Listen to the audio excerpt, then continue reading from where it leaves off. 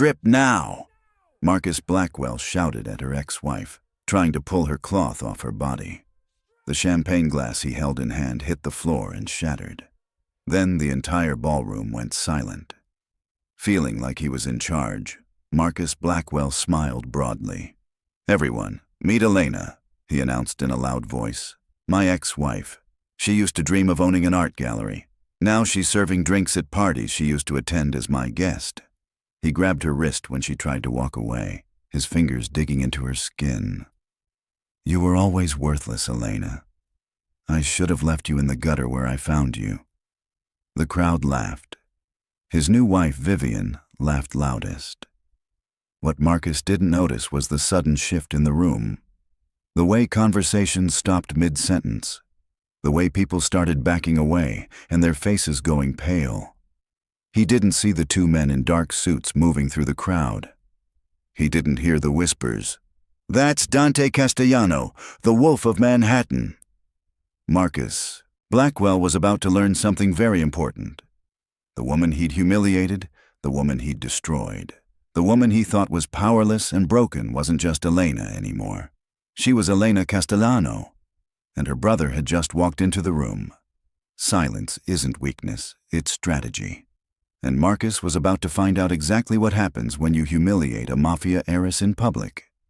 Now let me take you back to where this war really started. But before we dive in, drop a comment and let us know where you're watching from. We love seeing how far these stories reach. And listen, only people who support Marcus and his cruelty won't hit that like and subscribe button. So, if you're Team Elena, if you believe in justice and watching karma do its work, if you want more stories about people who refuse to stay down, then smash that subscribe button right now. Trust me, you don't want to miss what happens next. Now let's get into it. The glass cup champagne slipped from someone's hand, and the glass shattered across the floor, sharp enough to make the ballroom quiet. Elena Castellano didn't look up from the tray she was carrying. She'd heard worse sounds in her life, felt worse pain. This was just another humiliation in a long list, and she'd learned to keep her face neutral, her eyes lowered, and her hands steady. "Careful with those," a woman in diamonds said, wrinkling her nose. "They're baccarat crystal, probably worth more than what you earn in a year." Elena smiled politely and moved on. It was like every other person that came in here wore luxurious outfit except Elena, who chose to be in a simple black dress and flat shoes, her dark hair pulled into a neat bun. To everyone in the room, she was invisible. Just another member of the catering staff pouring drinks and clearing plates. That was exactly how Marcus wanted it. She spotted him near the bar, laughing carelessly as people gathered around him. Marcus Blackwell, her ex-husband, the man who had promised her a future and replaced it with 3 years of lies before walking away. He looked good tonight. His suit fit perfectly, his smile confident, his posture relaxed. His arm rested possessively around Vivian Chen, the woman he'd left Elena for. Vivian's dress was luxurious, just like every other person in here. Elena turned away and headed toward the kitchen with her empty tray. She'd known Marcus would be here tonight. That was why she'd taken the catering job. Not because she needed the money, though Marcus clearly thought she did. She was here because she needed to see something for herself. Needed to confirm what her brother's investigators had already told her. Needed to watch Marcus surrounded by people who believed he was respectable, successful, and untouchable. She needed to see the man who destroyed her before she destroyed him. "Elena!" She froze. That voice. She turned slowly and found Marcus staring at her, his eyes wide with surprise and amusement. Vivian stood beside him, her red lips curling into a smile. "Oh my God, it really is you," Marcus said loudly, enough to draw attention. "Elena, what are you doing here?" She kept her expression flat. "Working. Working," he repeated, as if the word amused him. "You are already looking like trash already. Why not strip right away? Besides, you aren't any better with clothes." He tried to pull Elena's clothes off her body, but Elena managed to hold on to her composure so that he wouldn't have his way in pulling off her clothes. Then His smile widened and his voice rose. You are acting like you got superpowers, right? He turned to the crowd. Everyone, I want you to meet someone. This is Elena, my ex-wife. Everyone turned to his direction and stared. Elena felt their eyes on her, judging, pitying, curious. Marcus was enjoying it. She could see it in the way he straightened, the way his chest lifted. She used to have such big dreams, Marcus continued, dripping with false sympathy. Wanted her own art gallery, wanted independence, wanted to be something, and now look at her, serving drinks at parties she used to attend as my wife. He shook his head. Life moves fast, doesn't it, Elena? Vivian laughed, sharp and cruel. From Mrs. Blackwell to the help, that's quite the fall. Actually, Elena said calmly, I chose to leave. You seem to forget that. Right, Marcus said, waving it off. You left. After I told you I was done carrying you. You couldn't handle being married to someone successful. You wanted me small. I had ambition. Vision. He looked around, playing to the room. Some people are meant for greatness. Others are meant to serve it. A laugh broke the tension. Then another. Elena felt heat rise in her neck, but her face stayed calm. She'd learned control over the last 5 years, learned patience. Her brother Dante had taught her that revenge required time, and she'd waited. Marcus, Vivian said lightly, tugging his arm. Don't be cruel. I'm sure she's trying. The fake concern was worse than the insults. Elena studied Vivian properly. Old money, polished, beautiful, completely empty. She'd known Marcus was married when the affair started. She simply hadn't cared. It's fine, Elena said. I should get back to work. She turned to leave. Marcus grabbed her wrist. His grip was tight, familiar, controlling. Not so fast. I'm not finished. Let go of me.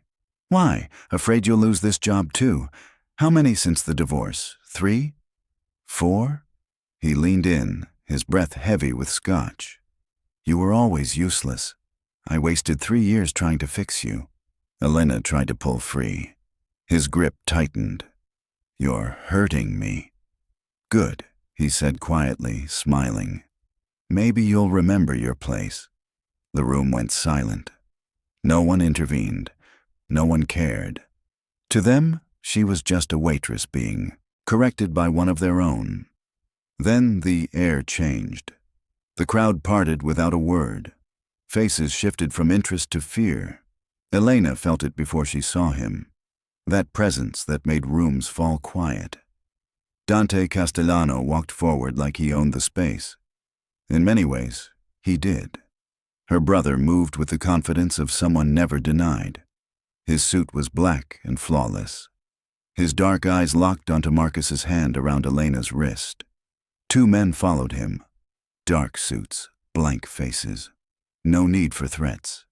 Dante stopped 3 feet away. His voice was calm. Remove your hand from my sister, now. Marcus released her instantly. Elena stepped back, rubbing the red marks on her wrist. I didn't know, Marcus stammered. I didn't know she was your sister. Her name. You thought what? Dante asked softly. That you could touch a woman publicly without consequence. She's my ex-wife, Marcus said, grasping for control. This is personal.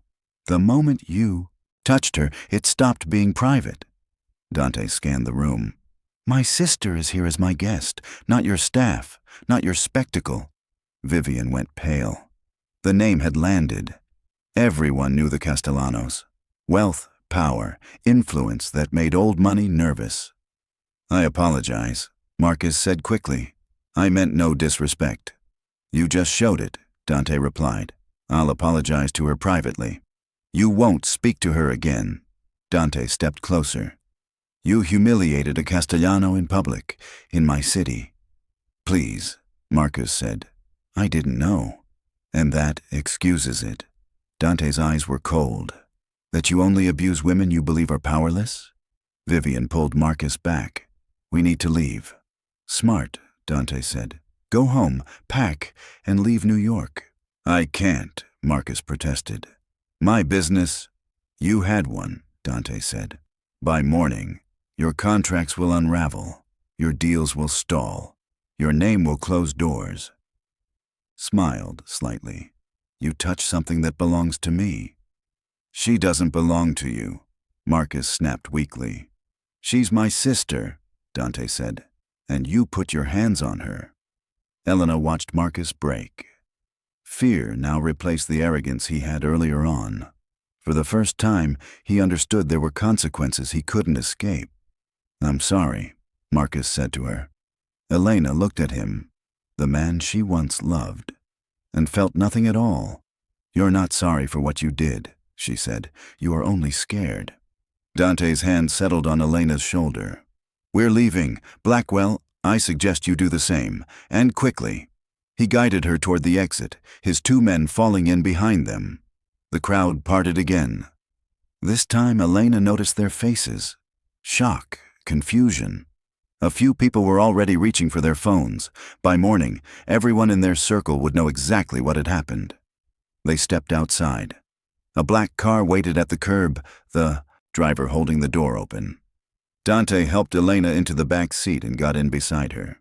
"Are you okay?" he asked as the car pulled away. Elena nodded. "I am. I knew he'd be there. I knew what he'd do." "You could have told me." "If I had, you would have stopped me from taking the catering job." "You're right," Dante said, jaw tight. "You put yourself in a position to be humiliated, to get hurt. Why?" "Because I needed to see him again," she said quietly. "Not the man I thought he was, the man he really is. And I needed him to see me, to think I was broken, powerless." She met his eyes. "You taught me that the best revenge starts by letting your enemy underestimate you." Dante studied her for a moment. Then he smiled. A real one. "You've been preparing for this for 5 years." "Preparing," she agreed. She pulled out her phone and opened a folder. "While Marcus was building his empire, I was watching, learning, and finding some very interesting things about how he built it." "Show me." She handed him the phone. His first 3 major properties, the ones that made his name, they were funded by shell companies tied back to our family holdings. His entire empire is built on Castellano money, and he never knew. Dante scrolled, eyes widening. "How?" "You did it," Elena said. 5 years ago, right after the divorce, you said you'd take care of things. I thought you meant my expenses. I didn't realize you were quietly buying into every deal he touched, layered enough that he never saw us. Every success he's had was built on our money. And he has no idea. None." She smiled slightly. "He thinks he's self-made, thinks he climbed on talent alone. He's been a puppet the whole time." Dante handed the phone back. "What do you want to do with this?" "I want to destroy him," Elena said. "Slowly. I want to dismantle everything he built until there's nothing left. I want him to feel what I felt when he walked out, when he took everything and left me with debts I didn't know existed, when he told me I was worthless." Her voice hardened. "I want him to understand what it means to cross a Castellano."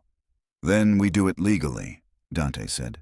"Publicly. It's slower, but it lasts." "I don't want him gone," Elena said. "I want him alive, watching every loss, knowing exactly who did it." Dante made a call. "Anthony, full financial audit on Marcus Blackwell. Every property, contract, debt. I want it by Monday." He paused. "This is priority." He ended the call. 3 days. Then we start pulling threads. The car stopped outside a Tribeca high-rise, Elena's building. She'd lived there 2 years now, a gift from Dante she'd finally accepted. The penthouse overlooked the Hudson, a view that still surprised her every morning. "Come up," she said. "There's more." They rode the elevator in silence. Elena led him into her study. Filing cabinets lined the walls, folders covered the desk. "How long have you been working on this?" Dante asked. "Since the divorce." She handed him a folder. "Every transaction during our marriage." Another. "And everything since. Investigators have been tracking him for 5 years." Elena, I know, she said. It sounds obsessive, but he didn't just leave me. He stole from me, took money from my accounts, maxed out cards in my name, told the court I was unstable and dependent. He made me look helpless. And you want revenge? I want justice, she said. There's a difference. Dante flipped through pages, his expression darkening. Money laundering, property flips. Ponzi schemes, Elena said. Fake properties, inflated values. She slid another document across. And tax evasion, offshore accounts, false losses. The IRS would love this. They will, just not yet. She smiled. I want him scared first. Her phone buzzed. She glanced at it. Rebecca Stone, his former partner. She answered. Hello? Elena, Rebecca Stone. We met at a charity event. Her voice shook. I saw what happened tonight. I need to talk about Marcus. I'm listening. Not on the phone. Tomorrow, 5th and 53rd, 2 o'clock. I'll be there, and Elena, thank you. The call ended. She'll help, Elena said. Maybe. I know. She opened her laptop. She has records Marcus thinks are gone. Dante leaned against the desk. You've thought of everything. I had 5 years. She closed the laptop. 5 years of being treated like nothing, like I deserved it. Her voice cracked. I almost believed him. But you didn't. No, because you didn't let me. She wiped her eyes. You reminded me who I was. And now look at you. That's what he won't understand, Elena said. I don't. Need revenge. I need accountability. Her phone buzzed again. An unknown number. She opened the message and stopped breathing. The message was short. You made a mistake tonight. Attached was a photo. Elena in her black catering dress, standing in the ballroom before Dante arrived. Someone had been watching her, taking pictures. What is it? Dante asked. She showed him the phone. His face hardened. Marcus is threatening you? Or warning me? Elena forwarded the message to her email. Either way, it's harassment, evidence. I should have done more than talk to him. You did exactly what I needed, she said. You showed him I'm not alone, that I have protection, power. She set the phone down. Now he'll panic, make mistakes, and every time he does, we document it. Dante made another call. I need security on Elena Castellanos. 24/7, discreet but visible. If Marcus Blackwell or anyone connected to him comes within 100 feet of her, I want to know. He ended the call. It starts tonight. I don't need... Yes, you do. He's desperate now. Dante moved toward the door. Get some rest. Tomorrow we meet Rebecca Stone. Then we start taking him apart. After he left, Elena stood alone in her study, looking at the folders spread across her desk. 5 years of work. 5 years of preparation. She picked up a photo from her wedding day. She looked happy, hopeful, certain. She tore it in half and dropped it into the trash. That woman was gone. The one standing here now was done being underestimated. The next afternoon, Elena arrived at the coffee shop 10 minutes early. She chose a table in the back, away from the windows, with a clear view of the entrance. Dante had offered to come. She'd refused. This conversation needed privacy. Rebecca walked in at exactly 2. Designer jeans, blazer, ponytail, dark circles under her eyes. She spotted Elena and hurried over. Thank you for meeting me, Rebecca said, sliding into the chair. Of course. Elena pushed a coffee toward her. Black, no sugar. Rebecca blinked. You remembered? I remember things, Elena said, including your speech about women supporting women. Marcus rolled his eyes the entire time. He thought it was stupid, Rebecca said. He thinks any successful woman slept her way there. Tell me about your partnership. Rebecca inhaled slowly. We started the company together. Equal partners. I brought the properties. He brought the money. Or so he said. She reached into her bag. Later, I learned most of his funding came from anonymous sources. Money that appeared at convenient times. Always odd amounts. Illegal, Elena said. I believe so. Rebecca slid a folder onto the table. 6 months ago, he tried to buy me out, offered half of what my shares were worth. When I refused, he threatened me, said he'd expose tax problems I supposedly created. You didn't. I never handled finances, but he had documents with my signature, ones I'd never seen. Her hands trembled. He told me to walk away quietly or go to prison. So you left. I had no choice. She pulled out a flash drive, but I copied everything first.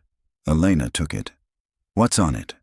Proof he's been stealing from investors for 2 years. Fake valuations, inflated profits.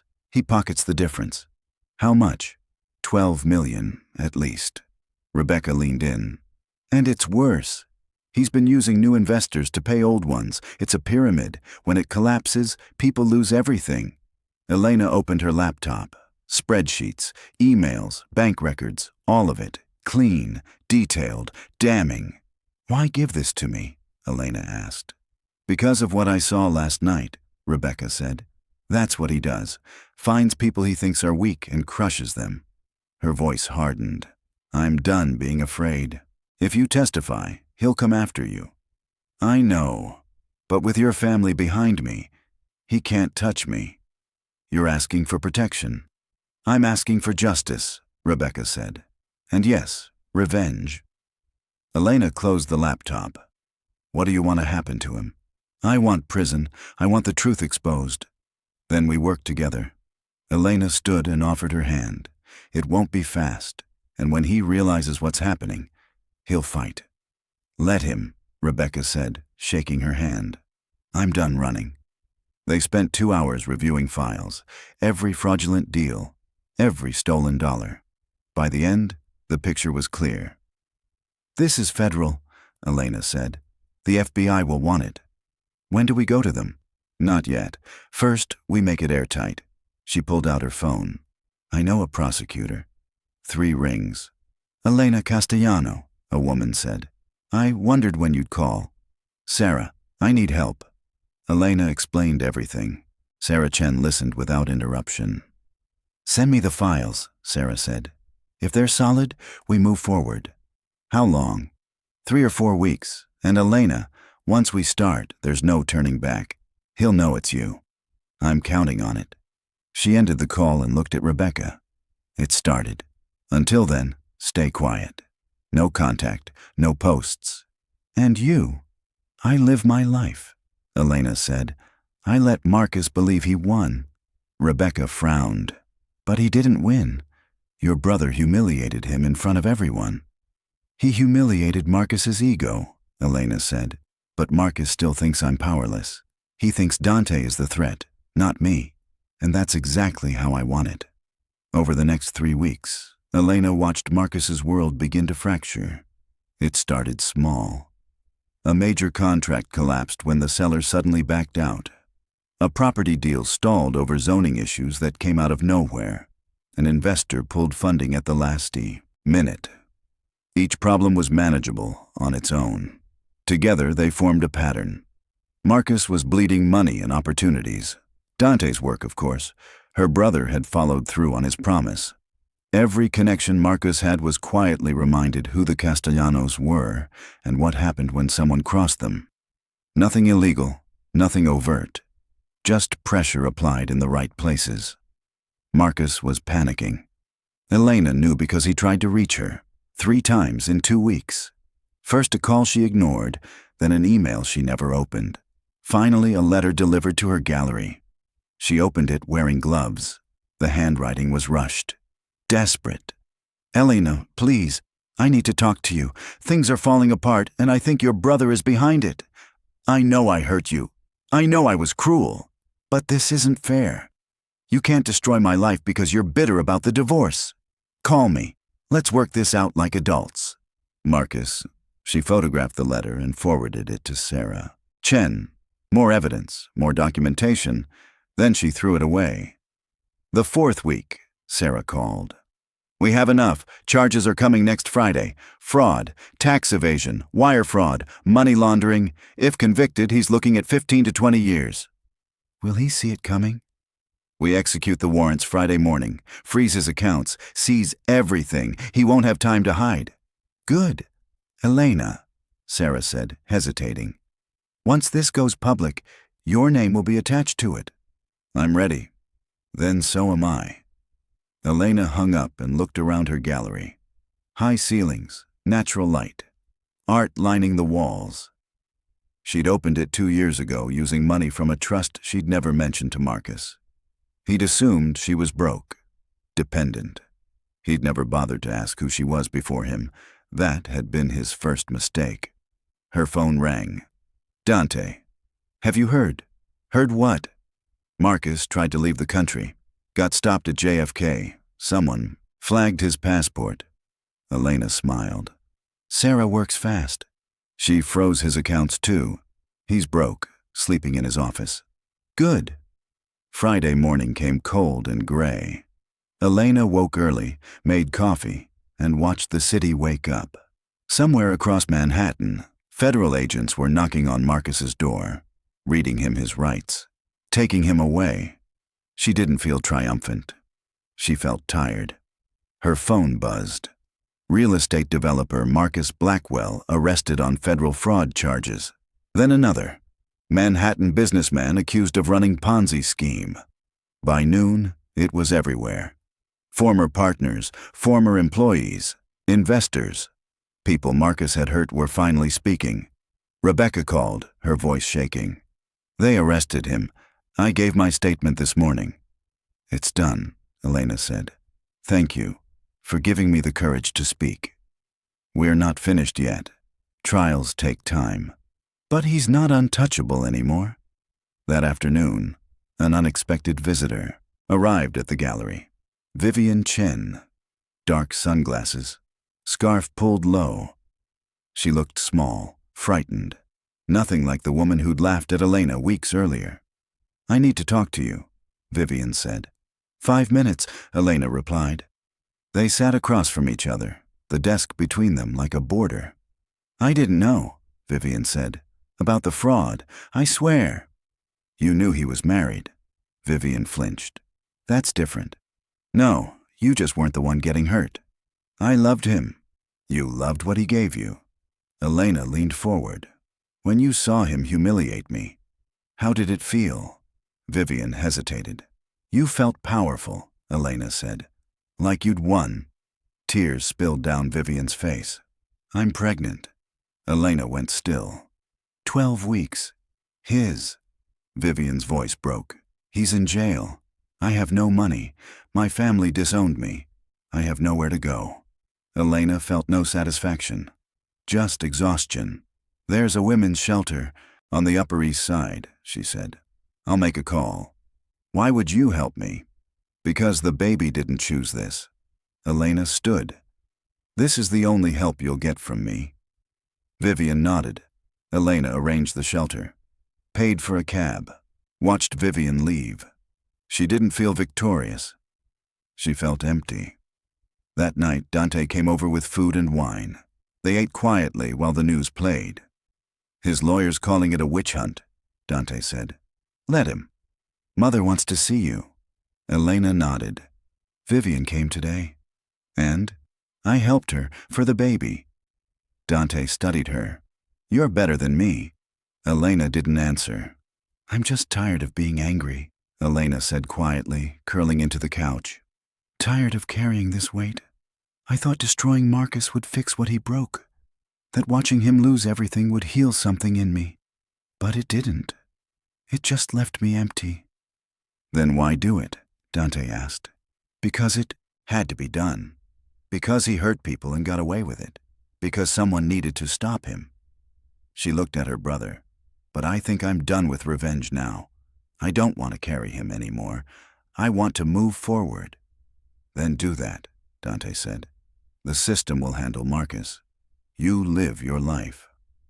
3 months later, Elena stood in front of a mirror adjusting her dress. Navy blue, conservative, professional. The kind of outfit you wore when testifying against your ex-husband. Rebecca stood beside her, pale and nervous. What if they don't believe us? They'll believe the evidence. Elena said. "We just tell the truth." The courtroom was full. Defrauded investors, reporters, curious strangers. Marcus sat at the defense table in an orange jumpsuit, his lawyer whispering beside him. He looked thinner, smaller. When he saw Elena, something passed through his eyes. Anger, regret, fear. She didn't try to name it. She took the stand and told her story. Not the dramatic version, not the revenge version, just facts. The stolen money, the lies, the manipulation. How he'd used the legal system to take everything she had left. "Did you love him?" the prosecutor asked. "Yes," Elena said. "I loved who I thought he was. But that man never existed." "Did you come forward for revenge?" Elena looked at Marcus. "No, I did it because people were being hurt and because someone had to stop him." Rebecca testified next. Then the FBI agents, then financial experts. By the end of the day, Marcus's guilt was clear. The trial lasted 2 weeks. The verdict came on a Friday afternoon. Guilty, on all counts. Elena wasn't there when it was read. She was at her gallery, preparing for an exhibition. She watched the coverage later that night. Saw Marcus led away in handcuffs. Saw victims cry with relief. Dante called. "How do you feel?" "Lighter," Elena said, and she meant it. Not because Marcus was imprisoned, but because she'd chosen justice over revenge. Forward over backward.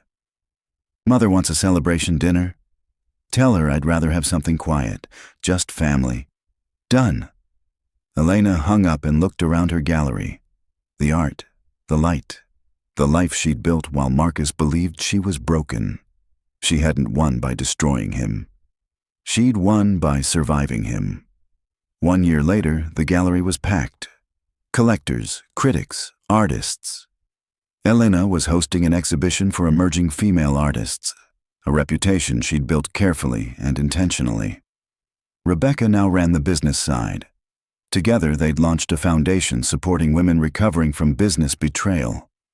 Dante arrived with their mother, Victoria.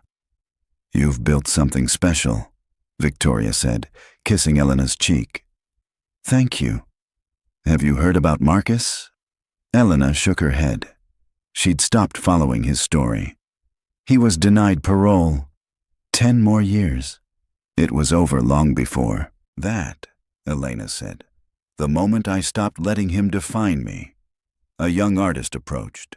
Nervous, hopeful. "Ms. Castellano, I'm Sarah Martinez. You're exhibiting my work tonight." Elena smiled. "Your paintings are beautiful. Come, let me introduce you." As she moved through the gallery, Elena understood what Marcus never had. Real power wasn't control. It wasn't humiliation or destruction. It wasn't proving your worth through someone else's pain. Real power was building something meaningful from what was broken, helping others rise, knowing your value without needing permission. Later that night, after the gallery emptied, Elena stood alone among the art. Her phone buzzed. An unknown number. The message was from Marcus, from prison. "I heard about your success. I'm glad you're doing well. I'm sorry for everything. You deserved better." Elena stared at the screen, then deleted it. Some chapters didn't need replies. She locked the gallery and stepped. Outside, the city light stretched ahead, full of possibility. Tomorrow she'd wake up and build again, and Marcus Blackwell would remain where he belonged. In her past, forgotten, she'd won. Not by destroying him, but by freeing herself from needing to, and that was the real victory. If you enjoyed this story of resilience, justice, and the power of moving forward, please hit that like button, subscribe for more captivating stories, and let me know in the comments what you think Elena should do next. Should she write a book about her experience? Open another gallery? Your thoughts matter, and I read every comment. Thanks for watching, and I'll see you in the next story.